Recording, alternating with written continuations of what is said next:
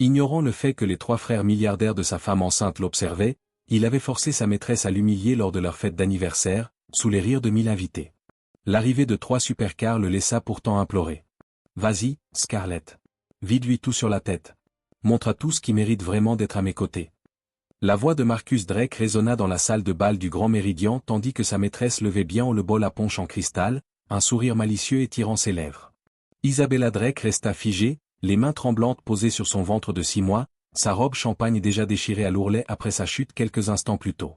1000 invités retinrent leur souffle. Téléphone levé, ils filmaient la destruction d'une femme qui avait tout sacrifié par amour. « Marcus, un bébé arrive », murmura Isabella d'une voix si brisée qu'elle atteignit à peine le premier rang de table. « Je suis ta femme. Comment peux-tu la laisser me faire ça? À moi, ta femme ?»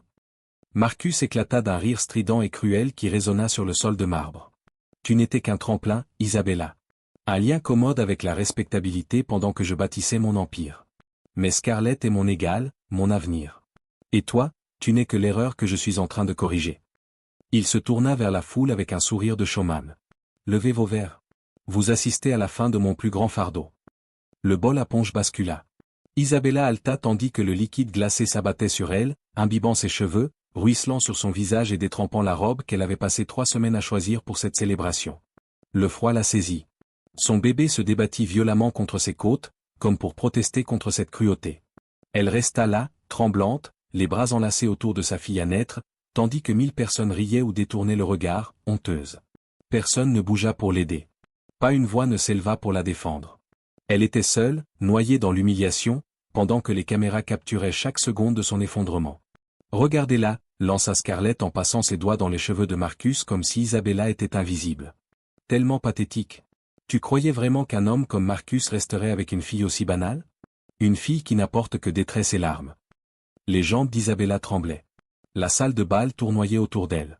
7 ans plus tôt, Marcus était un étudiant en MBA en difficulté. Il travaillait dans un café, entre 2 services, lui récitait de la poésie, lui répétant qu'elle était la première personne à l'avoir jamais vraiment compris. Elle avait cru chaque mot. Elle l'avait présenté au contact professionnel de son frère lorsqu'il avait eu besoin d'investisseurs. Elle l'avait soutenu à chaque échec, à chaque lettre de refus. Et lorsque ses frères l'avaient averti que Marcus se servait d'elle, que les irrégularités financières découvertes par Eden laissaient présager quelque chose de louche sous son charme, elle les avait accusés de vouloir contrôler sa vie. À leur fête de fiançailles, après qu'Eden eut publiquement mis en doute l'éthique professionnelle de Marcus, Isabella avait pris une décision. « Si tu ne peux pas être heureux pour moi, alors je n'ai pas besoin de toi à mon mariage. » 3 semaines plus tard, elle s'était enfuie avec lui, avait coupé tout contact, changé de numéro et bloqué leurs adresses e-mail.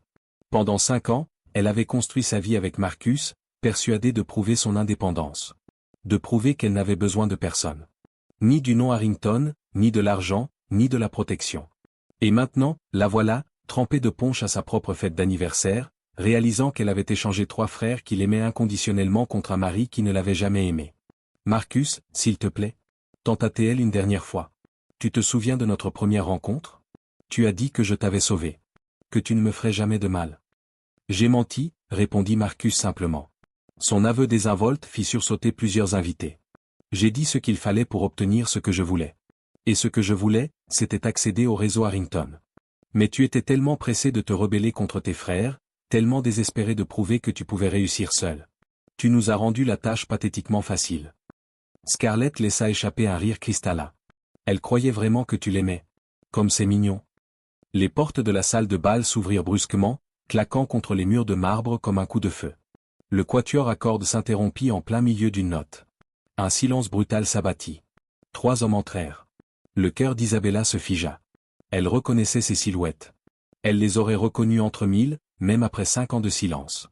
Eden Harrington entra le premier. 1,90 m de colère contenue.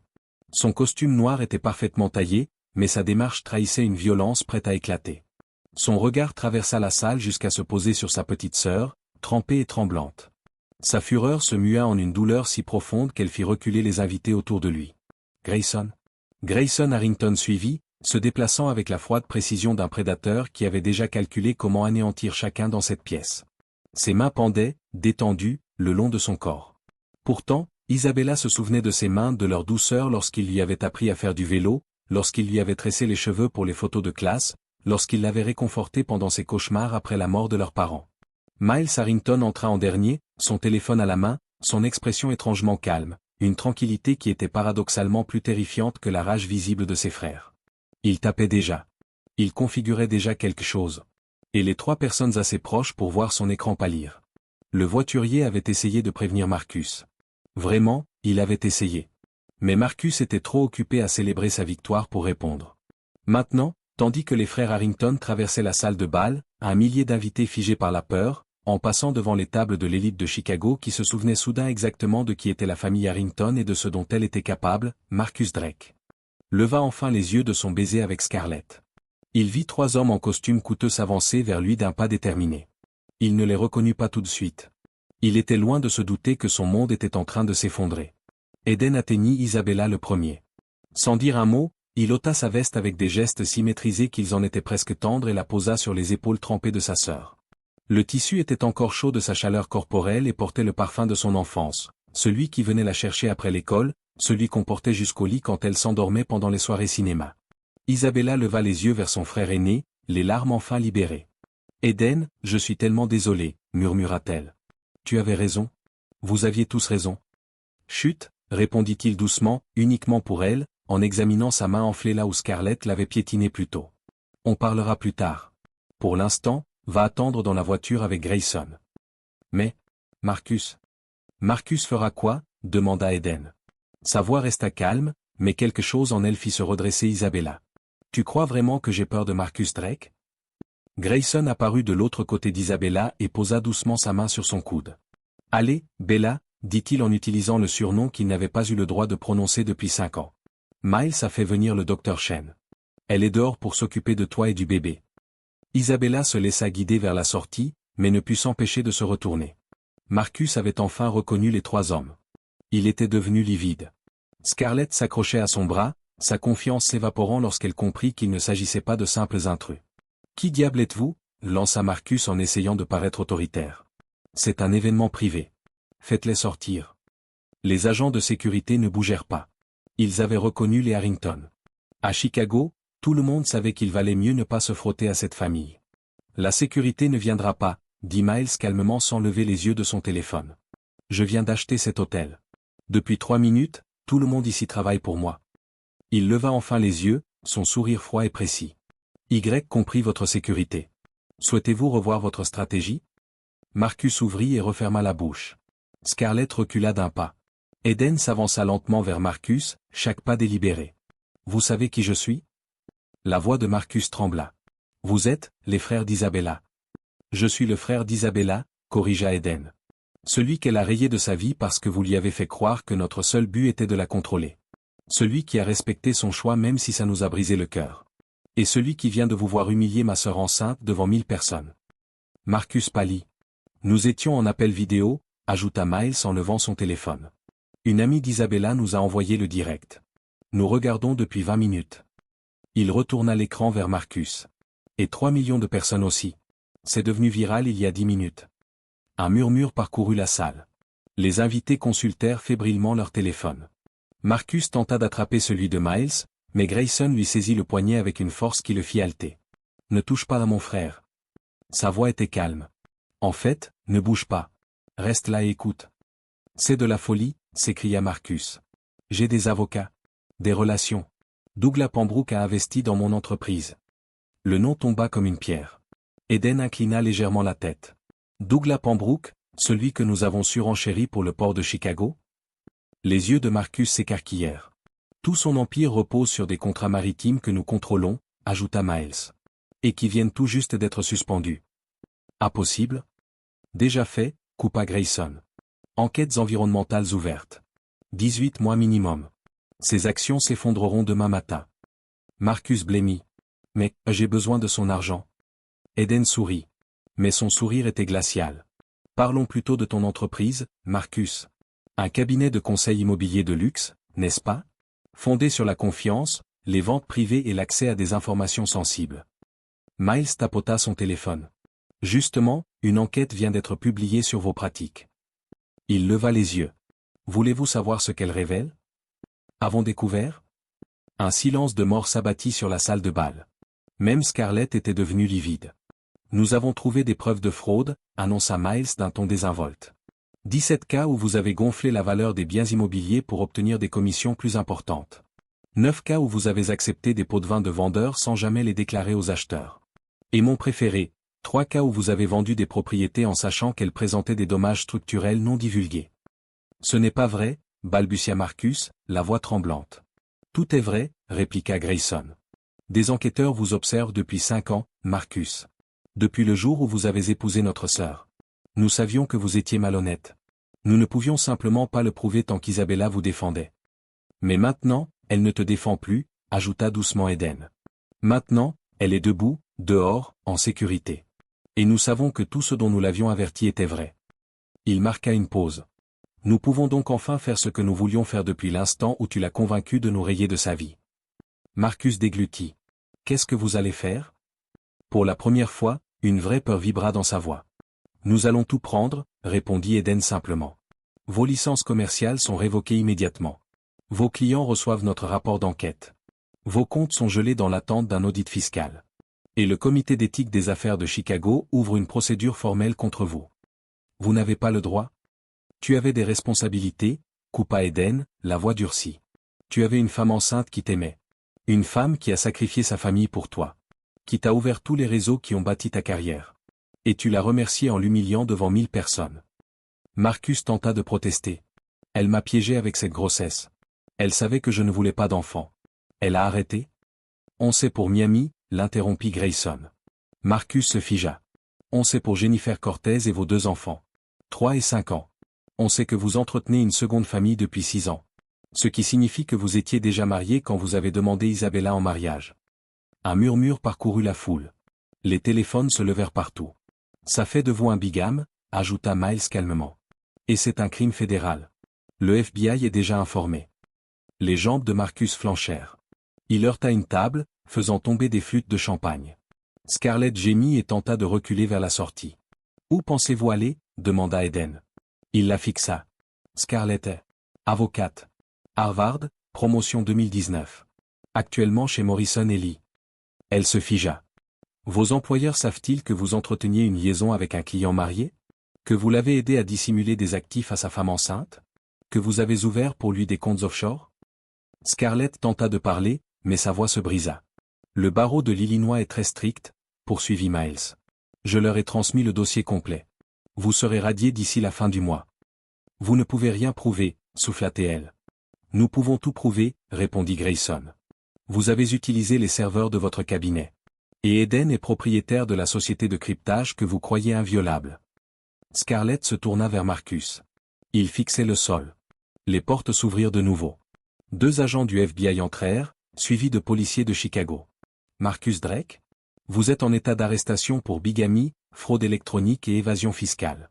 Vous avez le droit de garder le silence. Marcus craqua. Attendez, je vais réparer ça. Je vais m'excuser auprès d'Isabella. Je lui donnerai tout au divorce. Annulez ça, je vous en supplie. Eden s'approcha. Tu as humilié ma sœur devant 1000 personnes. Tu as ri pendant qu'on versait du punch sur son corps de femme enceinte parce que tu pensais qu'elle était seule. Les menottes claquèrent. Mais Isabella n'a jamais été seule, murmura Eden. Elle a 3 frères. Et ce soir, tu as appris ce que ça signifie. Marcus fut emmené. Scarlett suivit, menottée elle aussi. Un silence de stupeur s'abattit. Eden se tourna vers la foule. Vous avez vu un homme maltraiter sa femme enceinte. Certains ont ri. Certains ont filmé. Aucun n'est intervenu. La honte pesa dans l'air. Demain, l'histoire d'Isabella sera publiée partout. Vous aiderez à la diffuser fidèlement. Sinon, vous découvrirez ce que cela signifie d'être notre ennemi. Un millier de têtes acquiescèrent. Bien, conclut Eden. Maintenant, sortez de mon hôtel. Devant le grand méridien, Isabella était assise à l'arrière du Koenigsegg d'Eden. Enveloppée dans une couverture que le docteur Chen lui avait fournie après l'examen, elle avait une contusion à la main. Le bébé allait bien. Brisé. Physiquement, elle guérirait. Émotionnellement, elle avait l'impression qu'on avait plongé la main dans sa poitrine et bouleversé tout ce qu'elle croyait savoir sur l'amour, la famille et sa propre valeur. Le docteur Chen était parti 20 minutes plus tôt. À présent, Isabella était seule, dans le confort paisible de la voiture de son frère, observant à travers les vitres teintées les agents du FBI emmener Marcus menotté. Elle aurait dû se sentir triomphante. Elle aurait dû se sentir vengée. Au lieu de cela, elle se sentait simplement épuisée, jusqu'aux os, vidée d'une fatigue qui n'avait rien à voir avec sa grossesse. La portière s'ouvrit. Eden s'installa au volant, Grayson côté passager. Miles monta à l'arrière, à côté d'Isabella, et la prit aussitôt dans ses bras. Pendant un long moment, le silence régna. Le moteur était éteint. Seule la respiration légère d'Isabella et le grondement lointain des sirènes de police qui emmenaient Marcus troublaient la quiétude. « Je suis désolé, » murmura Isabella, la voix brisée. « Je suis vraiment désolé de ne pas t'avoir écouté. Je croyais que tu essayais de me contrôler. Je pensais être plus avisé, Bella. » Eden se tourna vers elle, et la douceur dans sa voix fit fondre quelque chose en elle. « On n'a pas besoin de tes excuses. On a juste besoin que tu saches qu'on ne t'a jamais oublié. Pas une seule seconde ces 5 dernières années. On a respecté ton choix, » ajouta Grayson d'une voix douce. « Même si ça nous a brisé le cœur de te voir partir, on a respecté ton besoin de prendre tes propres décisions, même si on savait que c'était des erreurs. Mais on n'a jamais cessé de veiller sur toi. » Miles reprit. « On avait des enquêteurs qui te surveillaient. On savait chaque fois que Marcus te faisait du mal, chaque fois qu'il te rabaissait. Et ça nous a anéantis de ne rien pouvoir faire parce que tu avais clairement fait comprendre que tu ne voulais plus de nous dans ta vie. » Les larmes d'Isabella redoublèrent. « Pourquoi n'êtes-vous pas revenu de force? Pourquoi ne m'avez-vous pas montré la vérité? » « Parce que tu ne nous aurais pas cru, » répondit Eden doucement. « Tu aurais pensé qu'on te manipulait, qu'on te contrôlait, qu'on confirmait tes pires craintes. Tu avais besoin de voir la vraie nature de Marcus par toi-même. » Oh. Sa voix se brisa. « J'ai abandonné ma famille pour un homme qui ne m'a jamais aimé. J'ai gâché 5 ans avec vous parce que, je voulais prouver que je n'avais pas besoin du nom Harrington. Et tout ce que j'ai prouvé, c'est que j'étais naïve et stupide. » « Arrête, » interrompit Grayson d'un ton ferme. « Tu n'es pas stupide, Bella. Tu es humaine. Tu es tombée amoureuse de celui que tu croyais être Marcus. Ce n'est pas un défaut de caractère. C'est de l'espoir. C'est de la foi. C'est ce beau cœur que nous essayons de protéger depuis tes 7 ans. » « Marcus va en prison, » annonça Miles d'un ton neutre. « L'accusation de bigamie à elle seule est passible de 5 ans. Avec la fraude, l'évasion fiscale et le détournement de fonds, il risque 15 à 20 ans minimum. » « Et Scarlett ?» demanda Isabella. « Radiée du barreau d'ici un mois, » confirma Grayson. « Elle sera poursuivie pour association de malfaiteurs. Sa carrière juridique est terminée. » Isabella aurait dû se sentir soulagée. Au lieu de cela, elle se sentait vide. « Et moi? Qu'est-ce qui va m'arriver maintenant? » Eden prit la main de sa sœur, en faisant attention à ses doigts meurtris. « Te voilà de retour à la maison. Tu réintègres la maison familiale où nous prendrons soin de toi pendant ta grossesse. Tu nous laisses engager les meilleurs avocats pour gérer ton divorce, rapide puisque la bigamie de Marcus invalide votre mariage. Tu as laissé Miles gérer la situation pour éviter le harcèlement médiatique. Et tu nous permets d'être à nouveau tes frères. Je ne le mérite pas. Tu mérites tout, » coupa Miles. « Et si ces 5 dernières années nous ont appris quelque chose, c'est que nous devons te le dire plus souvent. Nous devons te montrer que notre protection est motivée par l'amour, pas par le contrôle. » Tous 4 restèrent silencieux un instant. À travers le pare-brise, Isabella vit les clients de l'hôtel sortir en masse. Leur soirée gâchée. Certains semblaient honteux, d'autres bouleversés. Tous avaient appris une leçon sur la complicité ce soir-là. « Je me sentais si seul là-dedans », admit Isabella à voix basse. « Quand j'ai reçu ce coup de poing et que tout le monde a ri, j'ai cru que je le méritais, j'ai cru que c'était le karma pour vous avoir abandonné. » « C'est ce que font les agresseurs, » dit Grayson, la colère perçant sa voix. « Ils t'isolent. Ils te font croire que tu mérites leur cruauté. Ils te persuadent que les personnes qui t'aiment vraiment sont tes ennemis. Mais tu n'as jamais été seule, Bella. » Eden ajouta. « Même quand tu ne nous parlais pas, nous étions à vie pâtée de maison. Dès que tu as eu besoin de nous, nous sommes venus. »« Comment saviez-vous » demanda Isabella. « Comment saviez-vous que j'avais besoin de vous ce soir ?» Miles répondit. « Ton amie de la fac. Elle n'a jamais cessé de nous donner de tes nouvelles au fil des ans. Ce soir, quand la situation s'est dégradée, elle nous a appelés directement. » Isabella se souvint de Sophie, debout dans un coin de la salle de bal, téléphone à la main. Elle avait cru que Sophie était juste une autre spectatrice filmant son humiliation. En réalité, Sophie appelait à l'aide. Aux 3 frères qui l'avaient élevée. Aux 3 hommes qui s'étaient épuisés pour lui offrir tous les avantages. Aux 3 personnes qu'elle avait accusées de l'étouffer, alors qu'ils ne l'avaient jamais aimée autrement que suffisamment fort pour la laisser partir quand elle le leur avait demandé. « Je peux vous demander quelque chose ?» dit doucement Isabella. « N'importe quoi », répondirent les 3 frères en chœur. « Serez-vous là à la naissance du bébé? Lui apprendrez-vous que la famille, c'est être présent? M'aiderez-vous à l'élever pour qu'elle sache reconnaître le véritable amour quand elle le trouvera?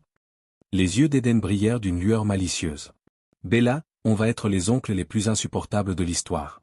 On va la gâter à l'extrême, lui apprendre à coder, à investir et à distinguer ceux qui l'aiment de ceux qui veulent profiter d'elle. On va faire en sorte qu'elle ne doute jamais de sa valeur. Grayson ajouta. On va lui montrer ce que sont de vrais hommes. Des hommes qui protègent sans contrôler, qui aiment sans condition. Et on lui racontera la vérité sur ce soir. Miles raconta comment leur mère avait eu le courage de s'éloigner de la cruauté la tête haute, choisi la dignité plutôt que la destruction et élevé sa fille en lui apprenant que la vraie force consiste à se relever après chaque chute. Isabella posa sa tête sur l'épaule de Mars. Enfin, elle se sentait en sécurité. Dehors, le monde de Marcus s'écroulait. Dans cette voiture, entourée de ses frères, le monde d'Isabella ne faisait que recommencer. 6 mois plus tard, Charlotte Rose Harrington naissait dans une chambre privée, entourée de ses 3 oncles et de sa mère. Chacun pleurait en tenant sa nièce pour la première fois. Marcus Drake était en service, première année d'une peine de 20 ans. Scarlett travaillait sous une fausse identité dans un autre état. Et Isabella comprit que la famille qu'elle avait fuie était la seule dont elle ait jamais eu besoin. Parfois, le plus grand amour n'est pas la romance passionnée qui vous fait chavirer. Parfois, c'est l'amour constant et patient de ceux qui attendent 5 ans votre retour et vous accueillent comme si vous n'étiez jamais parti. D'où regardez-vous cette vidéo, conclut le narrateur. Indiquez votre localisation dans les commentaires et dites-nous si vous avez une famille comme les frères Harrington, prête à se battre pour vous. Si cette histoire vous a touché, abonnez-vous et activez les notifications. Nous partageons chaque semaine des histoires aussi poignantes. La famille, ce n'est pas qu'une question de sang. Ce sont ceux qui restent là quand le monde entier se retourne contre vous. C'est l'amour qui attend et qui mérite qu'on se batte pour lui.